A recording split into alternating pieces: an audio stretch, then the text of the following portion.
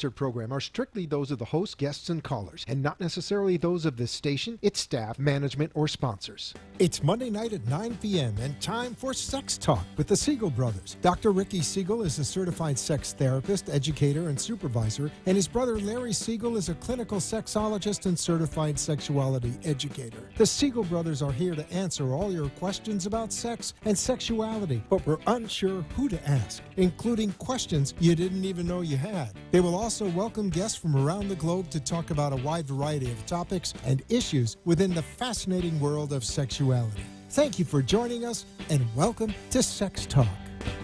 Yay. Good evening, and welcome to Sex Talk with the Siegel brothers. My name is Dr. Richard Siegel. I'm a certified sex therapist. And I'm Larry Siegel, a clinical sexologist and certified sexuality educator. And we are here every Monday night. We're on the radio in South Florida on 95.3 FM and 1470 AM. If you're watching us live streaming on Facebook, hello, hello. And thank you for joining us. We're really very excited to have a special guest in the studio with us this evening, Michelle. Why don't we should just jump right in, Larry? I think so, yeah. Introduce Michelle.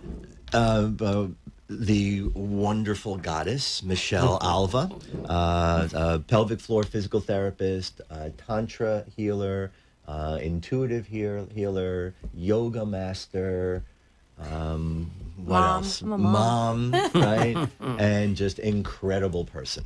Thank you. I'm Came so up happy from to be Miami. here. I was so happy to have you here. Thank It you really for having is. me. So, And I'm so happy for us that we're going to just share and expand. And Yes, Yeah. I'm glad we met. Yeah.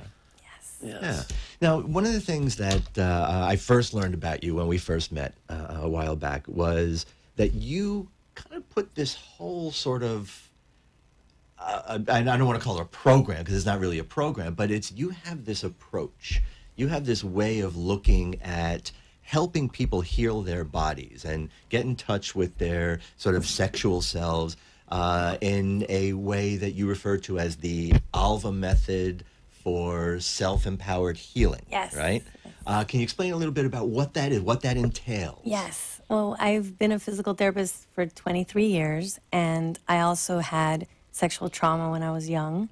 And my first sexual experience, I didn't even know what sex was, and I was raised Catholic, and you're not supposed to have sex until after you're married. And I basically froze, and I thought God didn't love me anymore because I was no longer a virgin, and I shamed myself. I committed, one of the biggest sins, and I developed tension and chronic pain in my pelvis from that one experience and all the judgment that came along with it. And basically, my story is that I learned 14 years later when I had a cathartic emotional release in my pelvis, in the bathtub, after taking a 3-hour yoga Mula Bandha class, this pelvic floor, moving the energy class. I was exhausted after the class, and I went home and I took a bath, and I had all the memories come up again while I was feeling this tingling down my legs. And that made me realize, wow, we really are prana, energy, and we hold emotions in our bodies, because I felt the shame, the guilt, but it was almost like it washed off me as I was feeling this tingling down coming from my pelvic area, my sexual organs.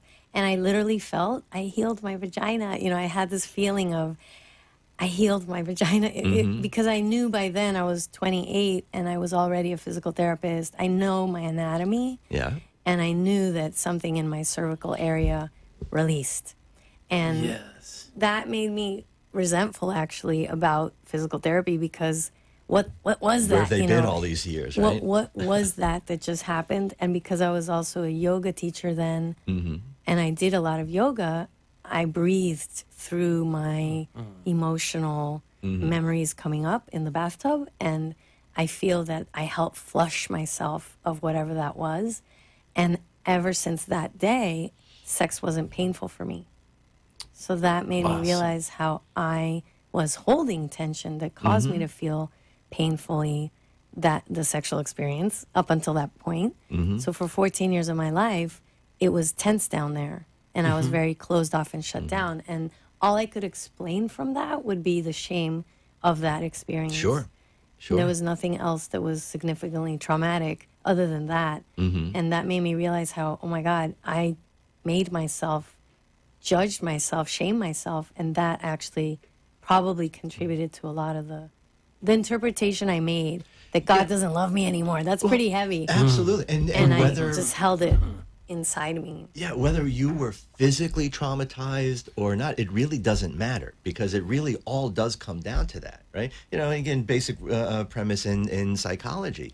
We don't ever really respond to the things that are happening to us. What determines our fate is the way we interpret what happens to us. The relationship and that I that is what we created respond from to. that. Exactly. Yeah. So again, that it was only a shaming experience. No, that can be as traumatic as real physical trauma, because we're putting ourselves in that place.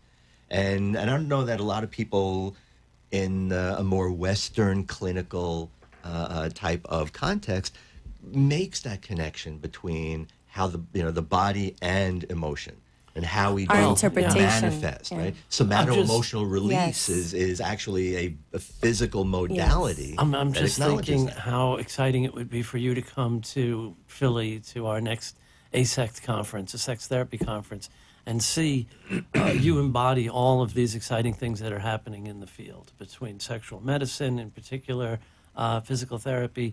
Sex therapists, of course, understood for years. Well, actually, it's been interesting.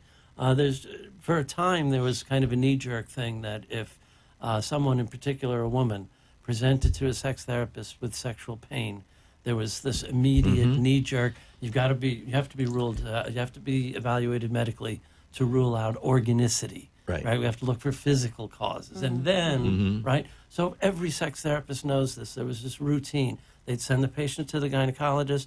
The gynecologist would examine them and say, "There's nothing wrong with you. It's in your head," and they'd go back to the sex therapist. Right. But now somatic therapies are becoming Well, this is definitely and somatic sexual therapies mindfulness. in particular. Really, it's just now is the perfect time for this perfect storm of all of And- these influences, Right. including the Eastern and the Tantra. Right. Well- And We the have a colleague- trigger we have point a work colleague with the here in Boca Raton PT. who you'd love to meet, named Yeah, Sally I'd love Valentine. I'd love to who connect does with a lot people. of I work. felt like I was very isolated for a long time because I started to also notice how much emotional pain my clients had, how much I had. And, everything is just really, we're healing ourselves, right, through this work. And I started belly dancing before I became pregnant, actually. And as I was moving my hips and having a good time, and I started, after class, I would walk to my car differently. And I would tell my that's ex-husband, an do you embodied want to see what I therapy, learned, right? today? And I The started answer to that is just wake always up. yes. But what happened was in class, I would cry and have these releases of memories, emotions, and I didn't want to actually continue to belly dance. I wanted to stop, but then something was telling me, no, this is something you have to do. And I moved to Boston after I had my daughter, and I met a midwife who is a belly dance teacher, and she actually told me, Michelle, you need to get trained to be a teacher of this, her approach, the goddess dancing. And she said to me, because I can't teach you what you already know. Like, you have it in you. You have to share this with women because of the healing that belly dance, for example, loving your body, moving your body in a way that feels good, healed me. That really helped me come out of my tensed up, shut down sexuality, which today, it's such a far away, distant Michelle, Yeah. Right. this person that I am now that I've opened up the Tantra and just loving myself and actually doing rituals to love myself. After my divorce, for example, I had my rituals that were just for me. So basically the Alva Method came out of my own desire to learn, how can I heal myself? How can I be an active participant in my own healing journey rather than just go to a specialist who's fixing me or supposedly, treating me, where in reality, we are our greatest sources of healing. When we be more intuitive to the body wisdom, the wisdom of our body, rather than calling it chronic pain, I like to call it wisdom, you know, wisdom that's trying to talk to us, that we're still not listening. So it's still there. It's chronic for that reason. And I've studied shamanic healing, neuro-linguistic programming, Psych-K. I mean, I've gone on a journey my whole life, you know, since I guess, you know, ever since physical therapy. It wasn't satisfying me to just work with people physically. I felt I was missing their soul and their emotional body, and then the relationship that they have to their own whatever is happening. So that this work is really about being aware, self-aware, and noticing, well, how do I feel about my vagina? How do I feel about my sexuality? How do I feel about my low back pain? How do I feel about my past? Yeah. And then how I feel about it is actually dictating a lot of what's manifesting. Absolutely. So we're changing the relationship and we're deepening our sense also of our body anatomy, because I love biomechanics and anatomy. So I really love teaching my clients about where their sexual parts are, more information about their low back, you know, what really works with healing and what is the science of healing. So they learn a lot through working with me, and they also learn how to deepen that intuition, the wisdom inside you. So they're the ones that are actually processing their emotional pain, physical pain. Instead of me doing something to them only, they're actually learning about the wisdom, and they have these revelations, and then they shift their life and their pain goes away. It's amazing. And I think that's, you know, that's often what we see with certain awarenesses. I mean, I don't know how I can actually say this in a way that really does make sense, but in some way, like pain relief, it really is a revelation, you know, and even when people discover the real core of their pain, that aha moment is often the release. Right? And we see that with people that are just like jammed up orgasmically, sexually, where they're so cut off from, I think, their body, they're cut off from their sense of who they are, their sense of self. Because so much of who we are is our sexuality. That's right. You know, I just had this workshop last night, and we were giving ourselves permission. We were talking about sensual touch. And you can become aroused and feel more sexual with someone touching the side of your neck. And how many of us block just allowing ourselves to feel that? Even if it's a woman that's touching a woman, you don't have to make up a story about it. And it was so beautiful to have people partner up last night and just be in a room where we could be connecting to our sexual energy. And it's not about having sex. It's about just, I am a human being having a sexual experience and a spiritual experience. And that's it. And not make up all these stories about it. So that's something I've had to work on big time. So wonderful. So it's just so nice to see how beautiful we could all be free in a room and it be okay to feel all of who you are. And that's what I love about Tantra. That's what Tantra's taught me, is to just really embrace everything that I feel. Nice. Yeah. Nice. What do you think keeps so many people so blocked up?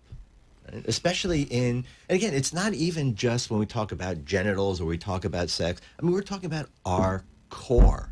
I think on so many levels. I think it's perfect that we are jammed up. This is a thing where I believe that we're perfectly jammed up for our individual journey. I feel that there's actually nothing wrong with it, that for whatever reason, the universe gives us our jammed upness.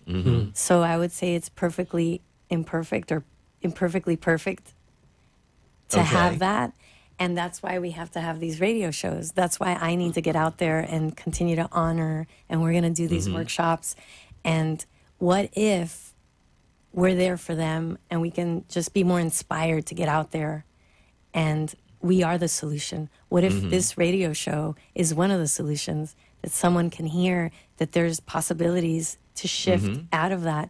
I really feel there's a lot of ignorance. We need to just teach teenagers more about their sexuality. So I always pray, how can I be of service? How can I, please God, bring me all the right people, all the right clients, all the right great opportunities for my spirit, passion, you know, my purpose to be fully expressed. And I just feel a lot of compassion these days for people, because I know for me, it's been a long ass journey just to get to here. Sure. And I can only imagine how I mean, look at the world. I mean, there's countries where women walk around with their faces covered and only their eyes showing. So, I mean, we're revolutionary right here. Oh, absolutely. As a matter of fact, on that note, too, and again, it's really sad. I just have to put this out there, that just read something today and Apple, I hope, gets a lot of flack for this. But in Saudi Arabia, they basically just put, I guess, on their iPhones an app that allows Saudi husbands to constantly track their wives. Oh, sure. Right? So, like, it's not bad enough for them over there. And Apple and there's husbands and wives in the States that do that. Well, yeah, but I mean, again, why would you even want to make a program for that? Make an app for that? I just feel that we're in a time right now where we all are really being called to honor our own gifts. And that's what's coming in to share right now, that whoever's listening to this, if there's something that you want to create, if there's something you want to write about, if there's something you want to share, I do feel that we're in a massive shift where we all have a purpose. We all have something. And maybe we all need to think more collectively, inclusively. Because, God, I would love to, maybe I need to go to Saudi Arabia and do something over there. Like, put me there, God. Let's fly over there, do something there. Maybe, and just be open, stay open, because we don't have to keep recreating what is. And that's why I'm coming out, even though I get some slack for it. It's okay if not everybody's happy with what I talk about, but it's sacred, it's scientific, it's spiritual. And I feel that is what we are. This is actually what we are. We're so disconnected from what we are that we think sexuality is bad, or, so that just shows me where we're at. And there's nothing wrong with it. It's beautiful. No. And that's also that Western mindset, right? I mean, very similar to like when we were in adolescent sexual health and in social services and a lot of that stuff. I mean, but not just that, but even in that context, I used to say when I was working with both Planned Parenthood and then, like Children's Services Council and really doing youth programming around sexuality and sex ed, when people would ask me, do you do sex ed? Or no, I'm sorry, what did they say? Oh, no, pregnancy prevention. That's what I would get. Do you do pregnancy prevention? I said, no, I don't. Well, do you do AIDS prevention? I said, no, I don't. And they'd be confused. And I said, I don't do any of those preventions. We have like a wagon wheel, where you have the person is in the middle, and then all of these different social services things, gang prevention, dropout prevention, STI prevention, HIV prevention, pregnancy prevention, all of these different spokes. And my take on that was always, I don't do any of that stuff. I work with the person. We do promotion. We do promotion. We do health promotion. They do prevention. Right. They do that. And we got called on that one time. Plus, you know what? Whatever you focus on, you get more of. So sexual empowerment, sexual healing. Right. Sexual, the only way to prevent all these consequences, healthy living, is to promote would be that. what we would want to call it more, rather than preventing. Right. But again, my point is that, and in that Western kind of mindset, everything is a little slice. Right? It's all a little slice. It's very dissective. And that idea that we are completely, and I don't even want to say in control of, but we are all of those different aspects of ourselves. Right? If I go to a doctor, if I go to a physician who's looking at a physical piece of me, all the rest of me is being neglected. Right. And then just the view that is being taken is inherently imbalanced. And I've had clients who the doctors have told them that their organs need to be taken out because that's why they have their pain. So, like, for example, a uterus is causing the pain in their bladder. And then their organ is removed, their uterus is taken out, and they still have the pain. Right? Yeah. It's expedient. And which then they're takes... traumatized because they agreed to that, and they still have the pain, and come to find out that there was sexual trauma in childhood. And once we clear that trauma, they don't have the pain anymore. Right. So this happens, and it's as though I have a lot of compassion for doctors because it's their training that is... Right, exactly. And so... They don't know any better. And these things that I see in my clients, these emotional pain causes that are related to their childhood, it's just like with alcoholics, people with addictions, they've had childhood trauma. So this is where we can empower people, for example, teach everyone how we can clear our own childhood traumas, our own emotional pains. And that's what I say, we're going to flush ourselves today, and we're going to embody release. And that's how I can serve people, by empowering them, educating them to how to do that. And that's what the Alva Method is about, integrating their mindset. So I work a lot with their mindset. What is your mindset about your pain? Let's look at that. And then what do you believe is possible for your potential, future outcome? Because if people don't believe that they can actually get better, then what's the point of me working with them? Well, it's also about changing that expectation, because their belief is generally that it's going to stay there. Their belief is that it's going to be there. And I think that expectation is so important, that people can believe that they can let go of In that. physical therapy, they call it pain management, chronic pain management. And in the Alva Method world, we just simply say it's wisdom, and it is there for transformation if we want to grow. And clients come in with an 8 to 9, 10 out of pain, chronic, and they leave with no pain sometimes, depending on their willingness, their openness, and their comfortableness, and their readiness. So these things happen. They are possible.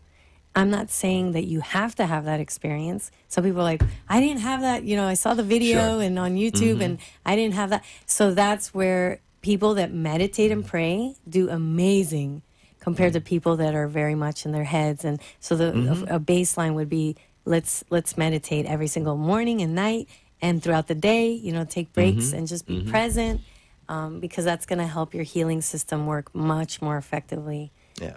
And not to have an expectation either.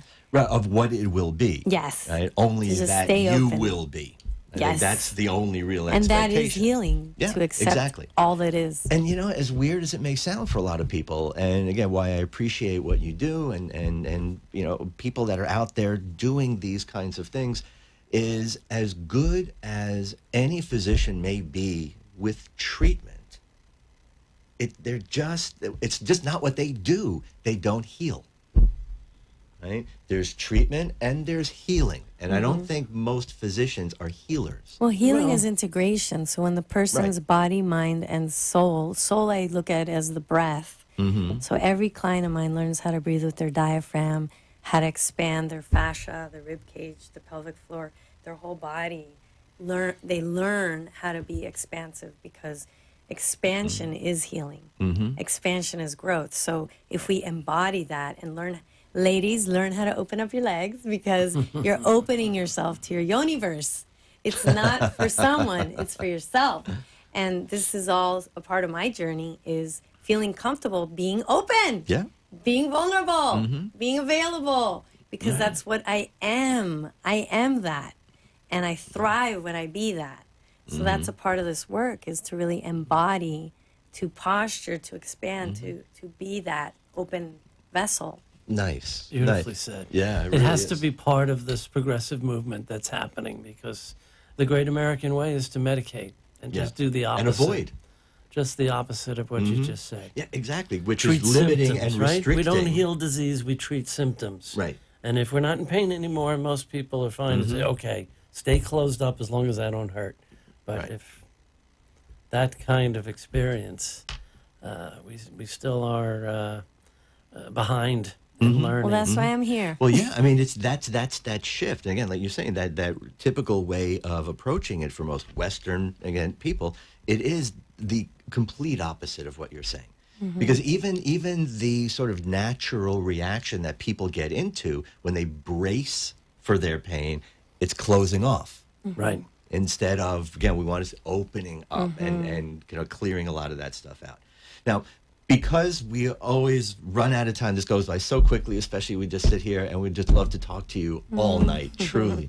But since we are sort of on our last piece here for the evening, with some of the time we have left, are there specific things? And we have Valentine's Day coming up, and I'll be honest with you, I'm a real Valentine's cynic.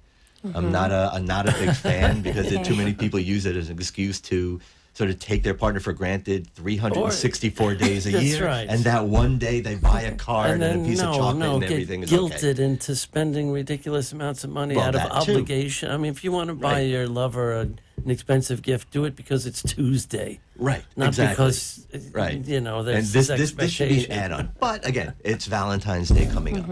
So what can you offer people, just simple little things that they can add to increase the eroticism and sensuality in their sexual experiences? Well, I would say as soon as you wake up in bed, whether you're single or with a partner in bed, to massage your breasts, massage your heart, just to really enjoy yourself first, because it all begins within, and to take some nice deep breaths and buy yourself red roses the day before. Okay.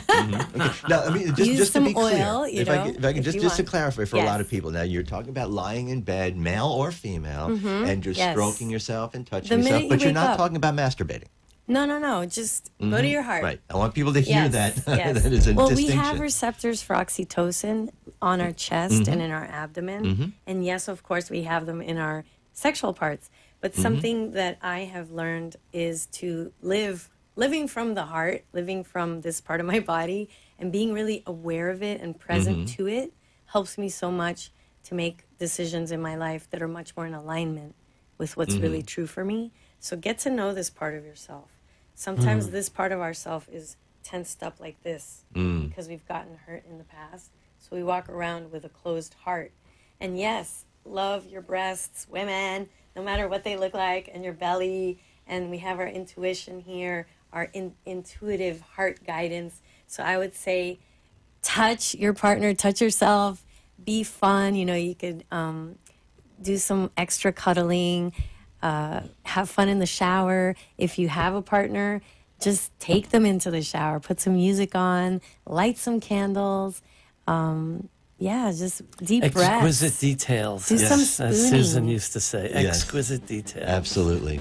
And just really no gestures are too appreciating, small. just looking into each other's eyes and saying, I'm so grateful for you, especially today, you know, and I just want you to know that I'm so grateful that we met and that we're together, and, you know, even talking from the heart, you know. Like, How I'm can so people grateful. find you?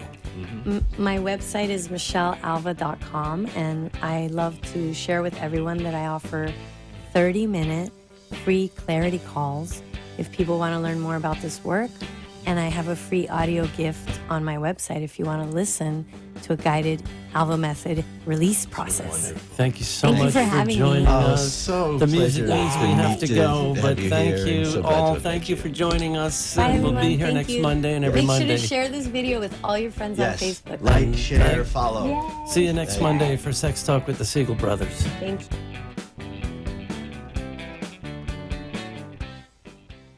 You've been listening to Sex Talk with the Siegel Brothers. Join us every Monday night at 9 p.m. on WNN, 1470 AM and 95.3 FM. Or watch live streaming video at AMP2 TV Productions on Facebook, or look for the shows on YouTube.